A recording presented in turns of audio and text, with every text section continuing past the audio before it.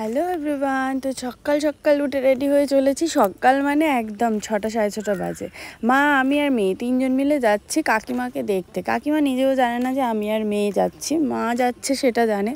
আর হঠাৎ করেই প্ল্যানিং ছিল যাব, কারণ কালকে রাত্রিবেলা যখন শুতে যাচ্ছি তখনই মাকে বললাম যে ওনার শরীর খারাপ, চলো একটুখানি দেখা করে আসি। তো আগে থেকে কোনো প্ল্যানিং ছিল না, কিছুই ছিল না। তো তোমাদের সাথে গল্প করতে করতে ভুলেই গেছি যে আমি ইন্ট্রো দিইনি। Good morning everyone, welcome back to my channel. আমি সুস্মিতা, তোমরা দেখছো ডেইলি ব্লগ বাই সুজ। নতুন একটা ব্লগে সবাইকে স্বাগত জানাই। তো এই যে চলেছি তিনজন। আর সকাল সকাল গিয়ে তো গেছি, মাঝ রাস্তায় গিয়ে ভুলে গেছি যে ওনার বাড়ির স্টপেজটা, মানে যেখানটায় যাবো সেখানটার নামটা কি। লাস্টে ফোন করে গেলাম।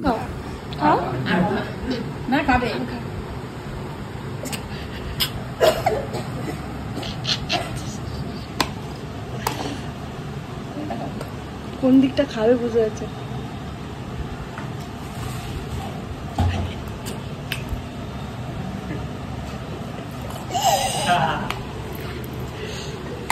যাচ্ছে দাঁড়া, আবার একটু খেয়ে নেবে, আবার একটু খেয়ে নেবে।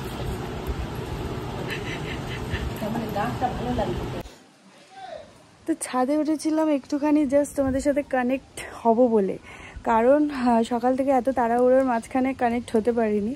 তো ভাবলাম ছাদে উঠে একটুখানি তোমাদেরকে নিজে একটু কথা বলবো। কিন্তু এত রোদ, মানে সাংঘাতিক রোদ, এটাকে বলা হয়তো সাংঘাতিক রোদ। মানে আমি মাথা নিচু করে কথা বলছি, বুঝতে পারছো? মানে যদি এরকম দেখাই না সব চকচক করবে। দেখো জাস্ট এরকম একটা ফাটাফাটি রোদ, এই যে, ওরে বাবা রে বাবা। তো মারাত্মক একটা রোদ, তার মাঝখানে আমি ভাবলাম চলো একটুখানি তো কানেক্ট হওয়া যায়। কিন্তু আমি এখানে দাঁড়াতে পারছি না, তো এখন খেতে যাব।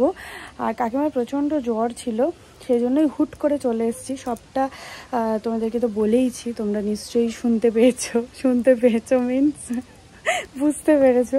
আমি পারছি না থাকতে, ইম্পসিবল। তো চলো নিচে যাচ্ছি আপাতত। বাপরে বাপ, বিকাল হয়ে গেছে, আবার রেডি হয়ে গেছি, এবার বাড়ি যেতে হবে। তো তাকে নিয়ে কোথায় চলে গেছে আর খুঁজে পাওয়া যাচ্ছে না। আমরা রেডি হয়ে বসে আছি কিন্তু সে নেই। এখন তো এডিট করতে গিয়ে দেখলাম কাকিমার সাথে যে ক্লিপগুলো ছিল সেগুলো আমি জাস্ট ফোনটাই হয়তো অন করেছিলাম, মানে ভিডিওটা কোনোভাবে হয়নি। কি করেছি নিজেই জানি না। তো যাই হোক, এগুলো আমার সাথে প্রথম না, অনেক সময় হয়ে থাকে এই জিনিসগুলো। মাঝে মাঝেই সব কিছু আউট হয়ে যায়। জীবনে কত কিছুই ঘটে যাচ্ছে, তার মাঝখানে এটাও একটা। তো বাড়ি ফিরছিলাম, আর আমি অটোতে করে গেছিলাম আর কি, ব্রেক করে। বাসে উঠতে যেহেতু প্রবলেম হয়। আর আজকের ব্লগটা হয়তো কিছু করতে পারবো না, কারণ যেতে যেতেই সন্ধে হয়ে যাবে। আর বিপত্তারিণীর বার একটা চলে গেছে, পরেরটাতে আমার মা করেছিল আর কি। তো কালকে সকাল থেকে আবার তোমাদের সাথে দেখা হবে।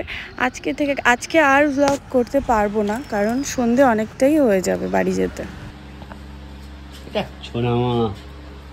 তোমরা দেখছো জন্ডিস মালটা কি করছে, দেখো খালি।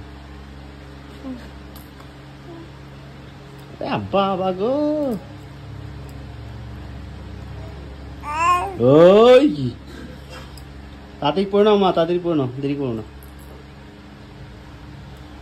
পড়ে নিলেই বেড়াতে যাওয়া হবে। বেড়াতে যাবে তো? হ্যাঁ, ওই ওই ও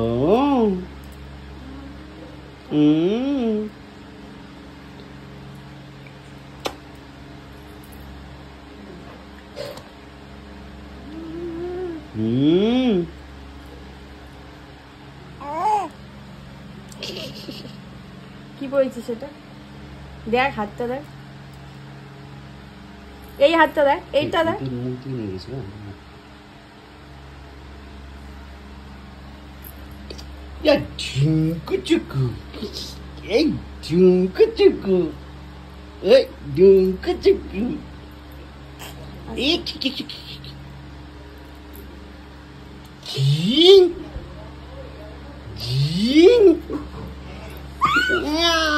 চলে যাচ্ছি আমি, টাটা।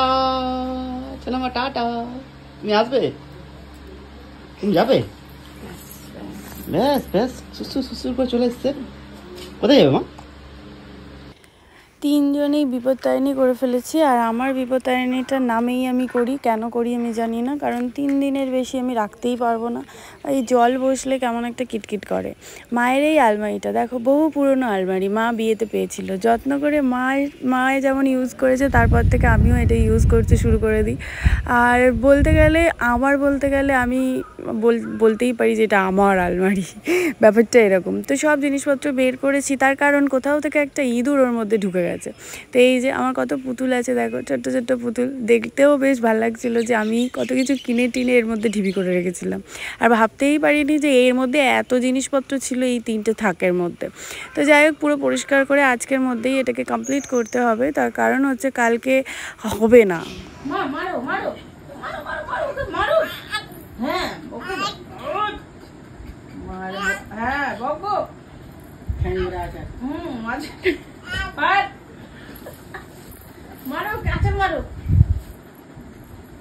মেয়েকে মেরে দাও তো মা, ওরা মেয়েকে মারো,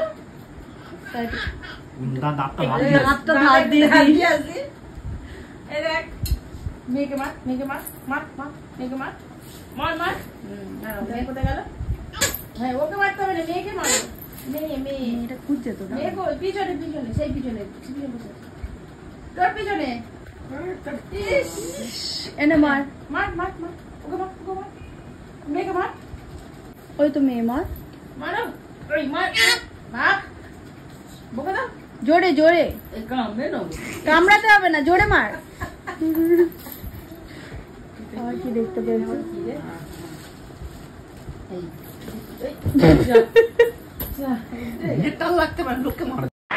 সো ফাইনালি ব্লগটা এখানেই এন্ড করছি। যদি কিছু ভালো লাগে অবশ্যই লাইক কমেন্ট শেয়ার করে দিও, চ্যানেলে নতুন এসে থাকলে সাবস্ক্রাইব করে দিও, আর অবশ্যই কমেন্টে জানিও তোমাদের কেমন লাগছে ভিডিওগুলো। টাটা।